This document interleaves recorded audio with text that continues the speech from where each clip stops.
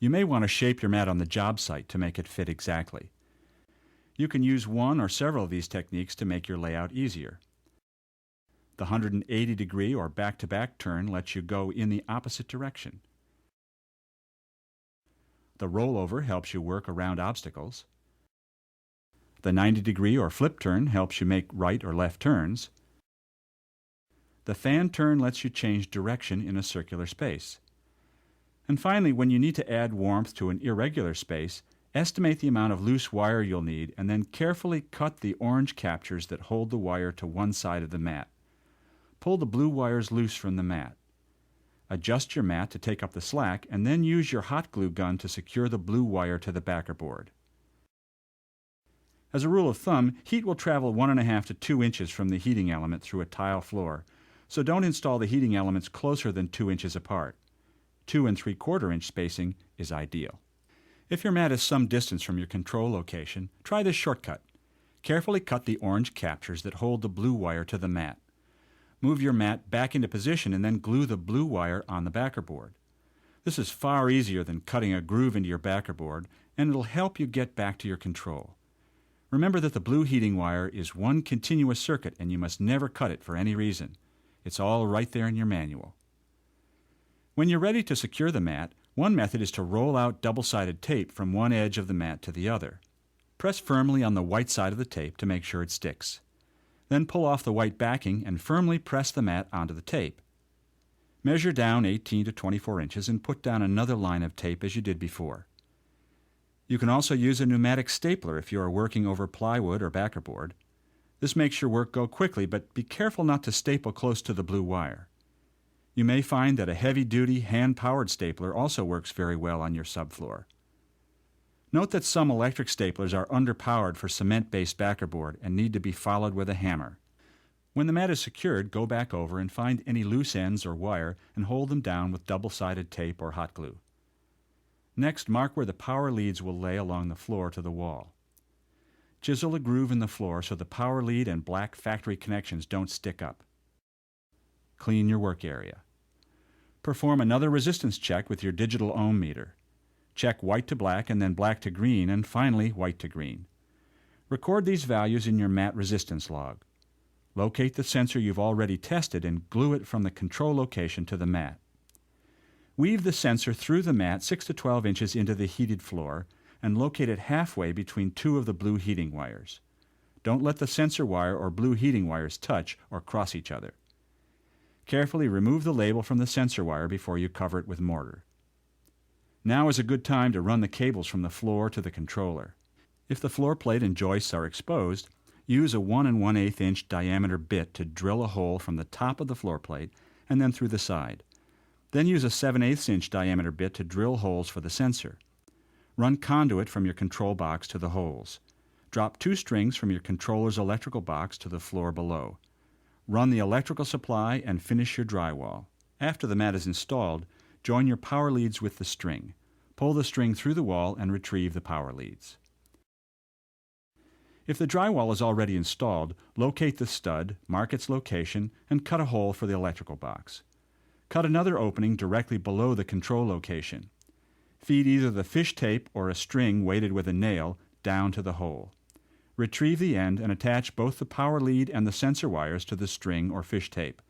Pull them through the wall and out the top hole. This is much easier to do before installing the electrical box. Secure the power leads and sensor wires in place on the floor with hot glue. Draw a line around the nail plate and then remove a layer of paper and drywall.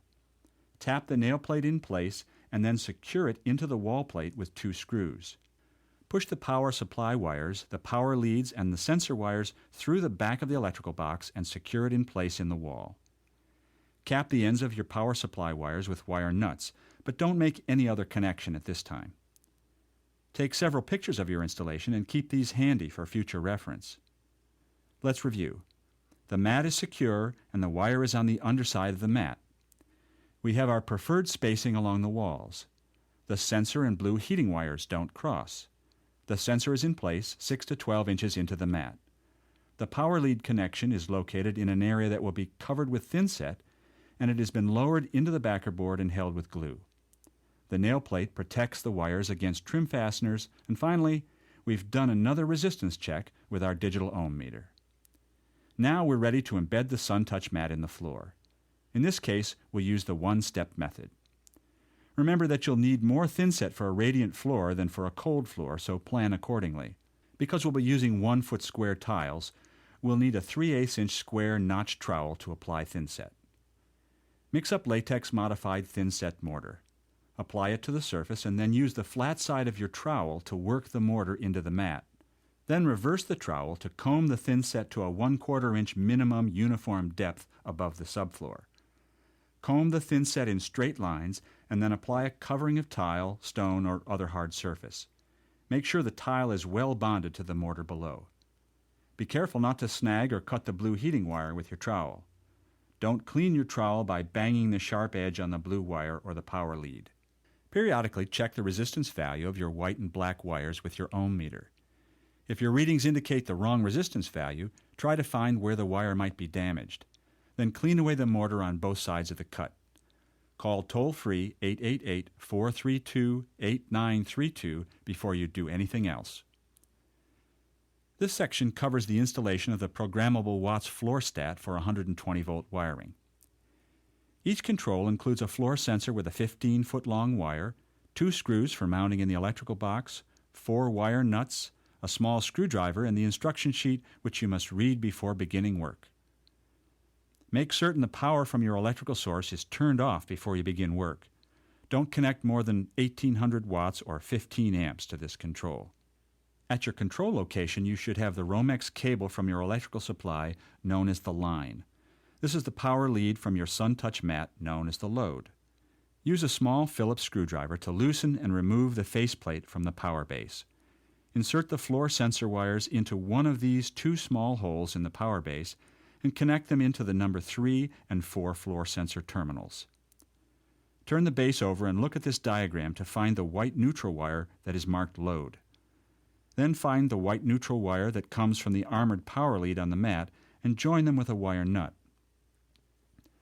Next, find this black load wire coming from the control.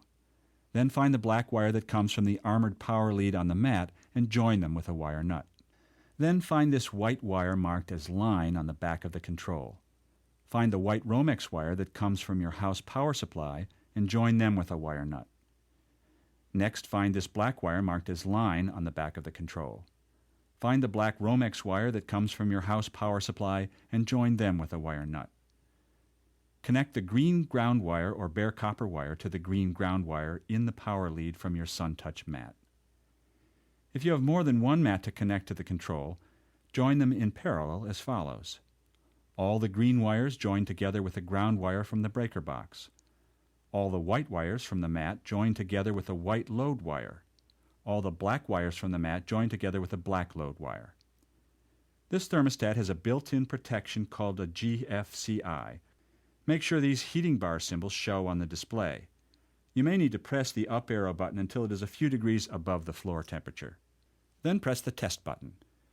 The display should not change, including the heating symbol, but the red warning light should come on, indicating that power to the heating system has been shut off. If you do not get the red warning light, turn off power to the thermostat at the circuit breaker, or at least turn off the thermostat and call your supplier for assistance. To reset the thermostat, slide the switch to standby and back on.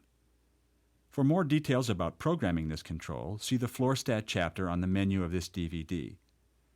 Except for a brief test, don't put the system into full operation until the cement materials are fully cured, which may take 72 hours to 28 days, depending on manufacturer's instructions.